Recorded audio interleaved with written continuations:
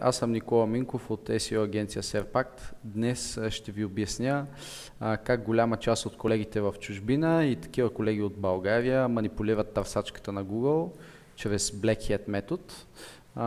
За целта ще ви обясня целият процес и ще направя едно обращение към всички колеги, независимо дали са част от тази сфера, която използва тези тактики, или си работят по всичките правила на Google и използват само White Hat тактики.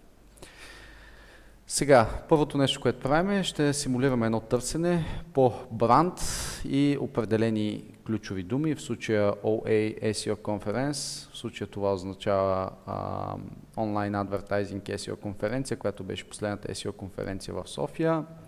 Когато търсиме нормално в Google, Google ни изплюва определени резултати и съответно ние може да кликнем на тях. Но в случая колеги правят следния метод. Към самия URL адрес на Google добавят една команда BTNL, която указва на Google да отвори първия резултат в търсачката.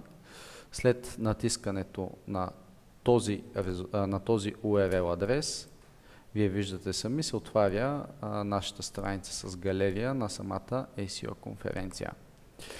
Следващата стъпка е този URL адрес да отидем в b2.com и да го сложим там и да създадем кратък URL адрес през B2 с цел маскиране на пътя, по който търси потребителя, да го копираме и да отидем в Twitter и да направим един пост.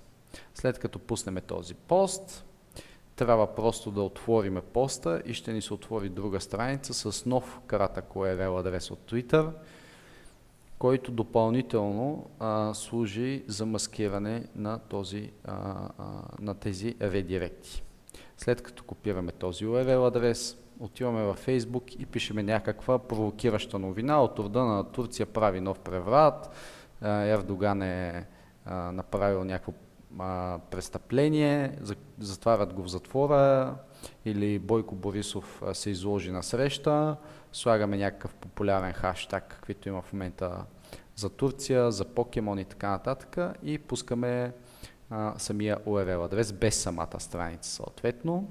След като пуснем URL адреса тук, го споделяме в максимално много групи, в които няма SEO специалисти съответно, за да не ни хванат, и максимално голяма таргет група. Както знаете, Google все още не чете публикации от Facebook. След като направим тази гимнастика, така да се каже, хубаво е самия текст тук да ни е по-дълъг, за да може да не бъде прочетен евентуално от Google, самия този текст. И след като направим тази гимнастика, ако отворим този URL адрес, ефекта ще бъде чрез няколко редиректа същата страница.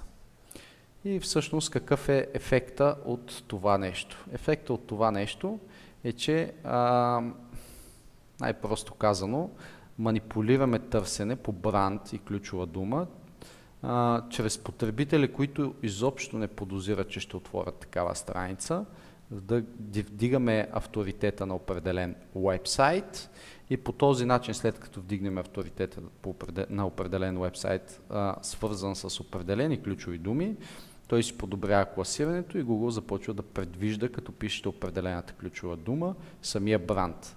Това е 100% Black Hat SEO и сега обращението към колегите, които го използват.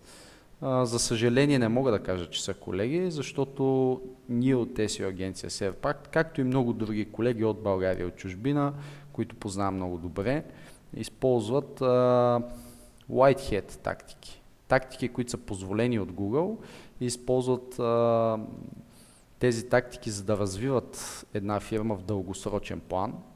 Поне ние правим със сигурност така. Това изисква много усилия, много време.